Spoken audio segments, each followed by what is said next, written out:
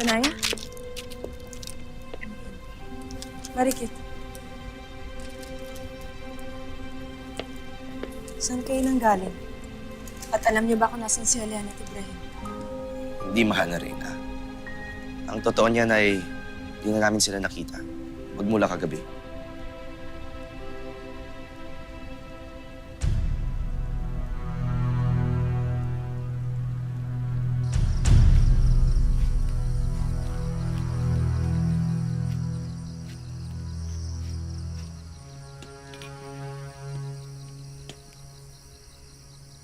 Amihan?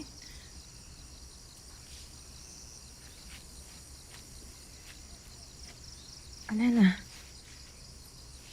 bakit nandito ka mag-isa? Bakit wala ka sa Lireo? Hindi pa ba sa'yo nabanggit ni Ibarro? Hindi pa kami nakakapag-usap ni Ibrahim. Hindi ko nga alam kung nasan siya eh. Bakit? Ano ba ang nangyayari? Nagpasya na ako, amihan. Tinigil na namin ang anumang namamagitan sa aming dalawa. Kaya matuwa ka, pagkat malaya na kayo.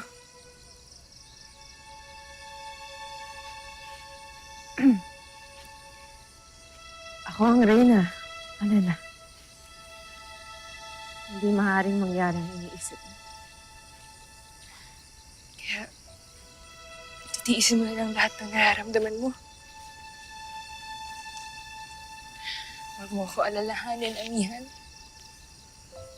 Pagkat naranasan ko na ang pinakamasakit na nangyari sa buong buhay ko. At yun ang pagkawala ni Khalil. Kaya, gaya ko to. Kakayanin ko to. Hindi ka namin kayang saktan pa, Alena. Lalo na si Ibrahim. Hindi namin magagawa ang iniisip mo. Kung ganun ay, hindi na ako mananakit sa inyo. Kundi ang inyong mga sarili na lamang.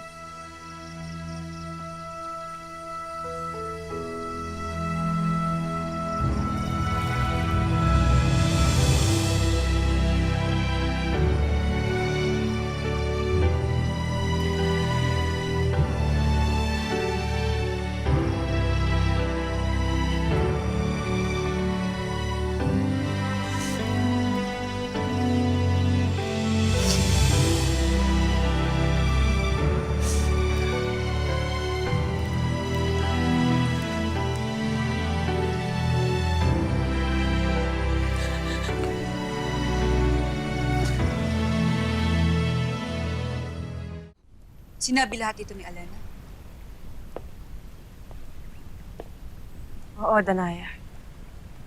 At nahihiya ako sa kanya. Alam kong nasasaktan si Alena. Ngunit wala akong magawa para matanggal ang bigat na nararamdaman.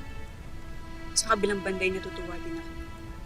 Dahil mas pinili ni Alena na harapin at bigyan agad ng lunas ang kanyang suliranin kaysa idaan ito sa galit. Galit pa rin siya, Danaya. Ngunit tama ka. Sa wari ko ay higit nang nahahawakan ni Alena ang kanyang nararamdaman. Ganun ka rin ba, amihan? Kaya mo pa rin bang hawakan at pigilan ang nararamdaman mo? May pamimilian ba ako, Danaya? Hindi ko maaaring talikuran ang tungkulin ko sa Lireo. Kung ganun eh, pareho na kayo ni Alena na nagpapakatatag para sa inyong napiling pa siya. Kaya't binabati ko kayo. Kung saan man si Ibrahim, sana magkaroon siya ng tatag ng loob sa kung ano man ang hinaharap niya ngayon. Si Asbal ang pumatay sa ating ina. Yan bang nais mong sabihin sa akin kanina pa? Oo, amihan. Kaya pinarusahan ko si Asbal. At nakiisa sa akin si Perena. Kahit kasangga niya sa period.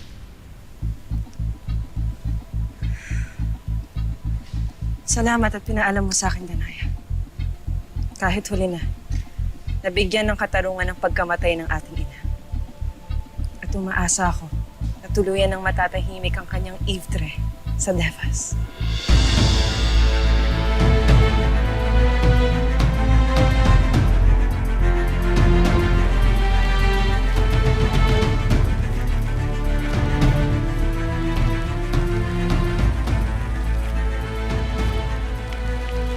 Tato, paano na yung plano natin na labanan si Pirela ngayong patay na si Asfal?